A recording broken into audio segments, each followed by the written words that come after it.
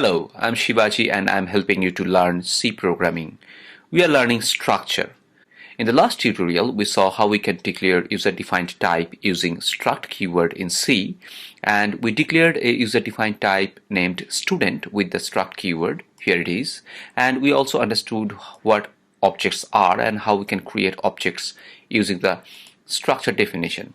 And we created three objects, S1, S2, S3 of type students. So these three are the real allocation of the real students in the memory. And we also learned how to access individual attributes using the dot operator and the structure object name.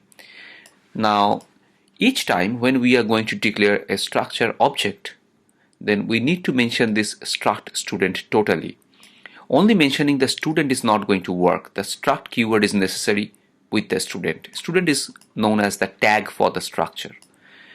Now, instead of just rewriting every time struct student, we can just create an alias for this struct student using typedef keyword. Now, the typedef keyword can be used for creating the alias for a data type. So I just can go ahead and write something like this. Say, with the typedef keyword, we can create alias for a valid type. As you can see that in this statement, this integer is actually alias for the valid int type in the compiler. So now we can declare a variable of type integer. I can just use the name integer instead of int. So we can create convenient aliases for our purpose using the typedef keyword. So here, as you can see that we need to mention struct student each time. Instead of using struct student, I can just rename or create an alias for struct student using the typedef. So if I go on and declare this as a struct student is valid type, we have declared the struct student earlier. So I can just go ahead and write this.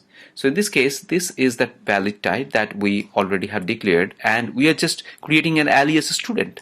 So now what we can do, we can just write student instead of struct student. That's the benefit. In the formal argument of the function, we can just write student. So student is a valid type now. So that's how we can use typedef in order to create an alias for a valid type. First the existing type and then the alias for the type. Here I am creating the structure first, and then I am using the typedef keyword in order to create the alias. But we can use a single statement for doing both, and it can be done in this way. So here we go. We have this typedef statement and the declaration of structure in the same statement instead of writing them separately in two statements. So I can just go ahead and delete this. They are no longer required because I did them in the same statement. You can see that this is actually the declaration for the structure student. That's the type declaration for structure student. And then the typedef is actually renaming this or creating the alias for this type with the name student. So student is actually this. Now if I go and declare in this way, then both are valid. Struct student is valid and simply student is also valid. So I can write both. Now if I just go and delete this tag, then it's also valid. In that case, this struct is actually describing the structure and we don't have any tag for that. So typedef is renaming this structure declaration with this student alias. So this is actually this structure can be referred now using the student.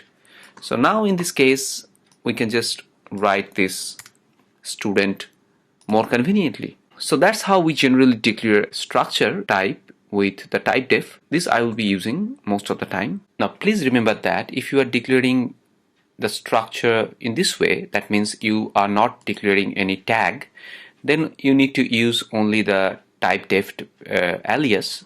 So in that case, declaring struct student is going to be illegal because this is only the typedef alias. So what we need to do, we cannot declare this struct student. We need to declare only student in such cases. So if you declare struct student, then what happens is going to be compilation error. You can see that.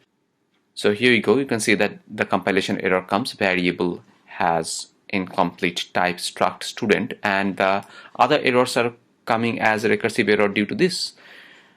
So if you are just using the typedef keyword for structure without tag, then you don't need this struct keyword. Only use the typedef alias.